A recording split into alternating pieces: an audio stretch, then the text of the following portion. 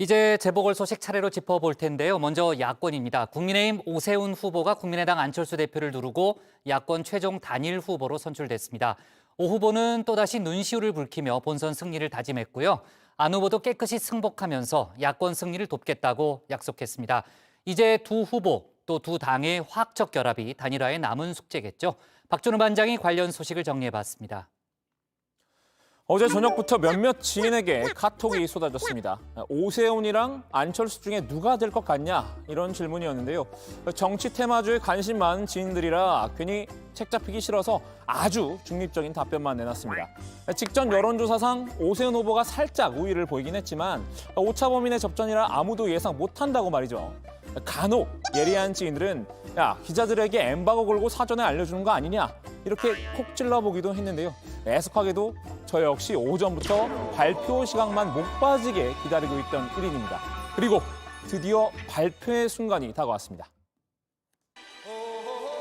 이번 4.7 서울특별시장 보궐선거의 야권 단일 후보는 국민의힘 오세훈 후보로 결정되었습니다.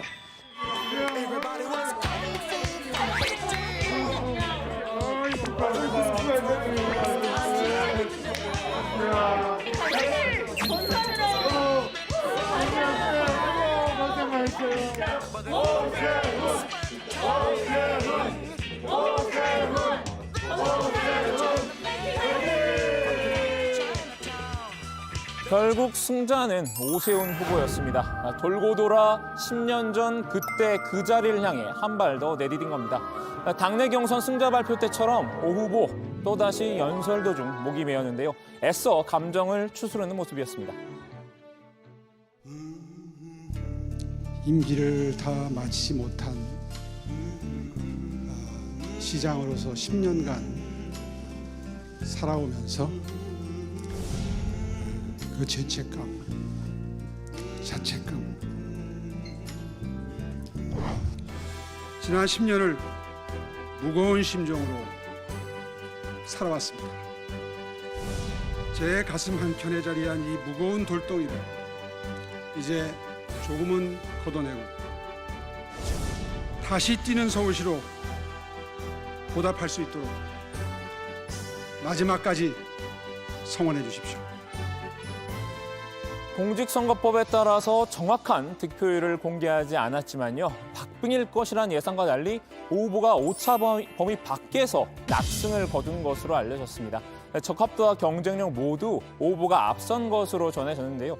오 후보는 안 후보에게도 위로와 당부의 말을 건넸습니다. 안철수 후보님께도 위로와 감사의 말씀을 드립니다. 우리는 단일화 전투에서는 대결했지만 정권 심판의 전쟁에서는 저의 손을 꼭 잡아주십시오. 안철수 대표도 깨끗하게 승복했습니다. 시민의 선택을 존중하고 겸허하게 받아들이겠다고 했는데요. 오세훈 후보님, 진심으로 축하드립니다. 반드시 승리하셔서 문재인 정권을 심판해 주실 것을 부탁드립니다. 저도 야권의 승리를 위해서 힘껏 힘을 보태겠습니다. 졌지만 잘 싸웠다 정도로 표현하면 될까요? 안 대표가 스스로에게 내린 평가였습니다. 저는 야권 단일화의 물꼬를 처음 트고 막힌 곳은 제 모든 것을 버리고 양보하면서 뚫어냈고 단일화가 성공할 수 있도록 최선을 다했습니다. 졌지만 원칙 있게 졌다고 생각합니다. 단일 후보 선출이 1라운드였다면 이제부터는 본선에서 국민의힘과 국민의당 간 화합적 결합이 2라운드가 될 텐데요. 쉽게 말하면 한 지붕 두 가족이 온전한 한 가족으로 뭉쳐야 한다는 뜻입니다. 당장 오세훈, 안철수 두 사람만 놓고 보더라도 아무 일 없던 것처럼 원팀이 될 수 있을까요? 신기루와 같은 후보로는 이번 서울시장 선거 끝까지 불안할 수밖에 없습니다. 내곡동 문제가 확산되고 있습니다. 야권 후보가 사퇴한 상태에서 선거를 치를 수도 있습니다. 비단 어제뿐만 아니었습니다. 두 사람은 단일화 과정에서 서로 수차례 충돌했었죠. 안 대표가 선거 이후 야권 통합을 약속하며 더 큰 이번을 꺼내들었다가 더 큰 위기를 맞기도 했었는데요. 서울시장이 되시고 거기에 유력 주자가 결합하는 형태를 희망하셨는데 아마 그렇게 되면 내년 대선도 또 야권 분열로 갈 것입니다. 제가 정치 생명을 걸고 저들과 싸울 때 어디 계셨는지도 잘 기억나지 않는 분이 야권 분열의 씨앗이라고 말씀하실 수는 없습니다. 누가 단일 후보가 되든 선대위원장을 맡기로 했다고 하니까 이제 지켜봐야겠지만요. 그간 경쟁을 거치며 서로 간에 쌓인 앙금은 풀어야 할 숙제인 듯합니다. 공동 선대위원장을 서로 맡아주시기로 하셨는데 그 부분이 여전히 유효하신지. 네, 서로 그렇게 또 합의한 바가 있습니다만 우선 오세훈 후보께서 제게 요청을 해주시면 그러면 저는 당연히 그렇게 해야 되겠죠. 두 사람의 단결도 중요하지만 사실 두 당이 하나로 뭉치기 위해선 반드시 넘어야 할 더 큰 산이 있습니다. 바로 김종인 비대위원장과 안철수 대표 사이 해묵은 갈등인데요. 두 사람의 감정 싸움은 단일화 국면에서 정점을 찍었습니다. 아니 토론도 할 수 없는 사람이 가서 시장 노릇은 어떻게 할 거예요? 어제는 좀 도를 넘으셨습니다. 후보 뒤에 상황이 있는 것은 아닌가. 상황이 아니라 나는 국민의힘의 대표하는 사람이에요. 김미경 교수를 가리켜서 상황제다라는 굉장히 거친 표현을 써가면서 공격을 했습니다. 신뢰되는 말씀인지는 모르겠습니다만 김종인 위원장님의 사모님이 제 아내와 이름이 같습니다. 혹시 그분과 착각해서 그러신 것 아닌가? 그 사람은 내가 보기엔 좀 정신이 좀 이상한 사람 같아. 토론 못하는 사람, 공고집, 상황, 정신 이상한 사람. 두 사람이 지난 보름 동안 서로에게 쏟아낸 말들입니다.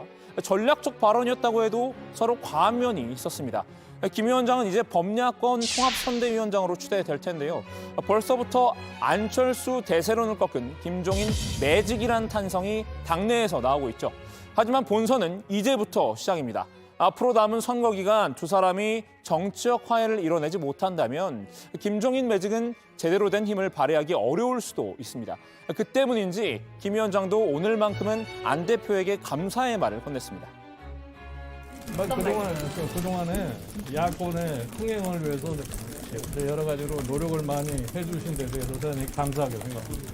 본인께서 스스로 이 단일 후보가 확정이 되면은 하여튼 본인도 열심히 시장 선거를 위해서 돕다고 얘기를 했기 때문에 그와 같은 말이 지켜지기를 갖다 바랍니다. 승자인 오브야 이제 당연히 민주당 박영선 후보와의 본선에 집중하겠죠. 패자인 안철수 대표의 향후 행보 역시 관심이 쏠리는 대목인데요. 일단 승복 기자회견에서는 정권 교체의 교두보를 함께 놓겠다고 약속했죠. 단일화 경쟁에서 승부수로 뛰었던 국민의힘과의 합당은 어떻게 되는 걸까요? 당의 합당은 그 절차들이 있습니다. 당의 주인인 당원들의 뜻을 묻는 것이 그게 제일 중요합니다. 그것 이외에도 여러 가지 또 필요한 양당의 절차가 남아 있습니다. 그러니까 그런 부분들은 실무선에서 조율을 해야만 될 겁니다. 사실 국민의힘 내 신주류와 국민의당 사이 반목도 현재 진행형인데요. 신주류는 현재 김종인 위원장 체제에서 핵심 당직을 맡고 있는 인사들을 말합니다. 이들 중 상당수가 과거 바른정당, 국민의당 출신으로 안철수 계였던 인물들인데요. 지금은 안 대표와는 관계가 틀어진 상태이기 때문에 국민의당과도 그다지 사이가 좋진 못합니다. 합당을 추진하면서 난관봉착이 예상되는 시점이죠. 안 대표야 오늘도 범야권 대통합을 강조했지만요. 우선 1차 목표인 양당 공동선대위 구성과 합당부터 고민해봐야 하지 않을까 싶습니다. 오늘 야당 발제 이렇게 정리합니다. 오세훈, 안철수 누르고 야권 단일 후보 선출, 곧바로 원팀 이뤄질까?